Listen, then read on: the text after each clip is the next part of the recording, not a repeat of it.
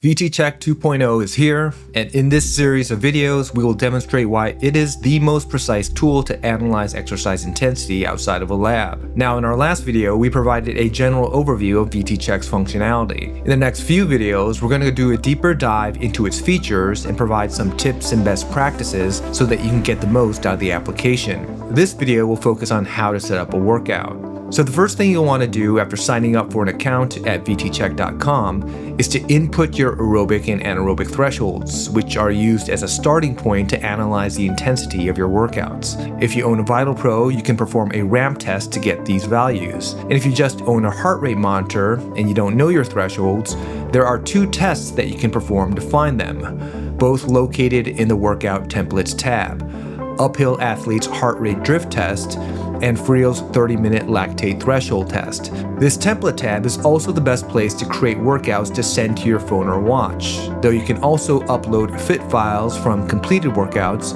or pull them in automatically via Strava, which we will cover in more detail in a later video. To help you build your workouts, VTCheck provides commonly used zone and pace calculators. However, what sets VTCheck apart is that not only do you get your paces at varying intensities, you also get physiological backed metrics linked to each pace, which you can use to guide your workouts in real time. These metrics are all derived from a regression analysis applied to your workouts completed during the past 30 days along 4 different internal load parameters: ventilation or heart rate, drift, recovery, and fatigue. Each of these parameters can be analyzed in depth within the efficiency index.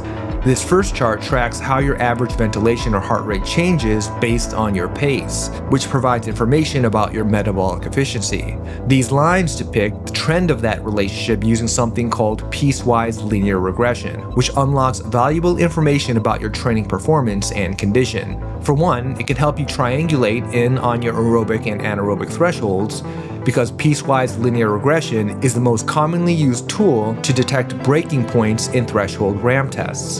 Essentially, this index is akin to a multi-day ramp test, just with a lot more data, because instead of increasing speed by 0.5 or 1 mile per hour increments, as is typically the case in most ramp tests, this chart can analyze how your ventilation or heart rate changes with much smaller increments of speed from your regular workouts. In my case, you can see a clear separation between my moderate runs, denoted by green, my heavy runs, denoted by yellow, and my few severe runs, denoted by red.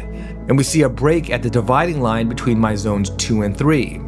The pattern depicted in this chart matches physiological reality. Below the aerobic threshold, there's a linear relationship between speed and ventilation, but this linearity breaks down above the aerobic threshold because at higher intensities, your body starts shifting more towards anaerobic glycolysis, which produces more byproducts that are expelled out of your body by increasing your breathing volume, hence the steeper slope for my heavy runs above VT1. This chart is also useful to put your individual workouts in context because it allows you to easily compare your ventilation or heart rate for workouts at the same or similar paces. So for example, over the past month, I've completed 3 sub-threshold workouts at 7:36 pace, and in each successive workout, my average ventilation decreased, which pushed this regression line downwards, indicating an improvement in fitness. You can also assess how your fitness is changing over time in a couple of other ways. For one, VTCheck applies a Mann-Kendall test to your data, which tells us which direction your ventilation or heart rate is trending over time. So here, the test indicates that my fitness is improving, which means that my more recent runs had ventilation values that are below my baseline. In other words, at the same speed, my volume of breathing is lower, which is an indicator of improved metabolic efficiency. Additionally, we can also apply a date filter to visualize how the regression curve changes over time. So in my case, you can see that my aerobic threshold has been steadily shifting to the right over the last couple months, causing the pace on the x-axis to shift left. This next chart runs the same piecewise regression analysis, but this time based on how much your ventilation or heart rate drifts during the course of each workout, which is a powerful indicator of metabolic stability, revealing information about the intensity of exercise and its sustainability. As discussed in the last video, the rate of drift is the only way to accurately determine exercise intensity on a given day because your thresholds can change on a daily basis. So for me, this analysis shows a break in the same vicinity as the ventilation chart. The slope of my drift for my moderate runs is nearly flat, which is what you would expect to see since workouts under VT1 should be mostly fueled by aerobic metabolism, which produces low levels of waste that are easily cleared, meaning my breathing was steady for most of these runs. But my heavy domain runs show an increasing slope for my drift commensurate with pace due to the slow component that emerges when more fast-twitch fibers are recruited. This next chart plots each workout's recovery score, this time using a quadratic regression. As discussed in the last video, the recovery score measures how much your ventilation drops after the end of a workout or interval relative to your baseline breathing rate. Numerous physiological studies have shown that the speed at which one can recover his breathing is a strong indicator of the intensity of exercise. And you can see that in my case, as pace increases, a trend emerges, where my moderate runs generally have a high recovery rate, but as we go faster and faster, my recovery drops exponentially.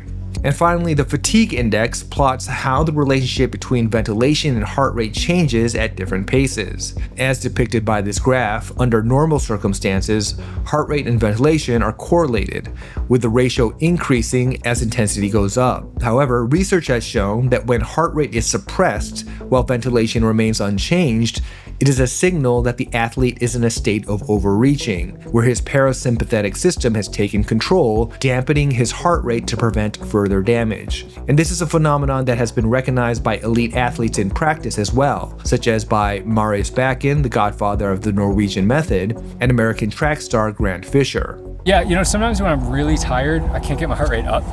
So if for a series of workouts your fatigue scores are significantly above the trend line, it could be a signal that you need to take a break or slow things down. Now, when we take these charts together, we get 4 metrics grounded in physiological reality that we can use to set a baseline for an athlete's current intensity, fitness, and condition at each workout pace. In short, these metrics represent the baseline values you should be seeing during your workout if your condition and fitness are normal. So, for example, I'm following a program based on the principles of the Norwegian method, and in his book on the method, Marius Bakken articulates a sweet spot for sub-threshold runs, which he refers to as the golden zone, based on a range of lactate levels between LT1 and LT2. In the pace calculator, VTCheck converts this range to ventilation values using your calibrated VT1 and VT2 thresholds, and then extrapolates from the efficiency index target paces and metrics for the zone. So let's say that today I want to run at a pace near the top of the golden zone. If I input this value into the pace converter, it calculates all my target values for that specific pace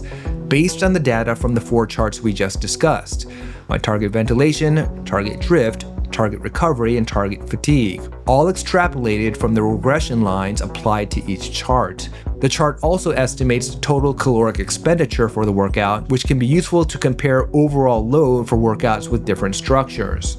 And then, when I build a workout template using this pace, the web app sends the workout along with these specific targets to my phone so that I can evaluate my fitness and condition in real time by assessing how close or far away my actual values deviate from the targets. This means that instead of relying solely on feel, I have objective, scientifically validated indicators of internal load to assist with precisely adjusting workouts on the fly. This is information that you simply can't get from a watch or lactate meter. I'll explain in more detail how to use this information effectively in the next video. Now, I should note that your workouts will only populate the efficiency index if they meet certain criteria. First of all, the workouts or intervals must be 6 minutes or longer. The reason for this is because the drift analysis measures how much your ventilation or heart rate deviates from a projected steady state baseline, which is established after a ramp-up period, usually lasting around 3 minutes. And because ventilation data has a lot of noise and oscillates up and down, you need an ample amount of data after the ramp-up period to get an accurate measurement of the drift. This means that the longer your workout, the more robust this analysis will tend to be. Secondly, the workout needs to be at or near a constant pace, because when your pace changes, so does your ventilation and heart rate. By way of example, here's a chart showing the VO2 uptake response, which correlates to both ventilation and heart rate during cycling workouts at various intensities. The first three charts show the VO2 response for the same athlete cycling at 50 watts, 100 watts, and 150 watts, all within the moderate zone, as you can tell by the fact that a steady state is quickly achieved. However, although all three responses are within the same intensity zone, they clearly differ when it comes to the amplitude of the curve. The upshot of this is that if you increase your pace during the same bout of exercise, for example in a progressive run, VTCheck won't be able to differentiate between an increase in ventilation or heart rate caused by acceleration versus an increase caused by metabolic instability. Given this, VTCheck applies a formula to each of your runs to detect how much your pace fluctuates during each workout. If it exceeds a certain threshold, although you will get full analytics for that run on the web app, the run will not populate these charts or calibrate your various parameters. So what do you do if your workout includes varying paces in a structured way, but you want the workout to qualify for these charts and calibration? Well, you can build a separate set for each pace, which will then cause each set to get its own independent analysis. So for me, on my workout days, I usually have a warm-up that increases speed. So I'll create one set at a lower speed and another one at a higher speed. And if you want to run each set together without pause, toggle the skip calibration button, which will transition you from one set to the next without interruption. And the last thing I'll point out in the template builder is that for Vitalpro users, if you want to see your recovery score for an interval workout, you'll need to choose standing recoveries at least 60 seconds in duration. If you have shorter or jogging recoveries, you won't get the recovery score. This is because we want as clean and consistent of a signal as possible to accurately measure how much your breathing drops during rest. Finally, after you've saved a template, it will be sent through the cloud to your phone, and in the next video we'll discuss how to best execute a workout in real time using the VTCheck phone app.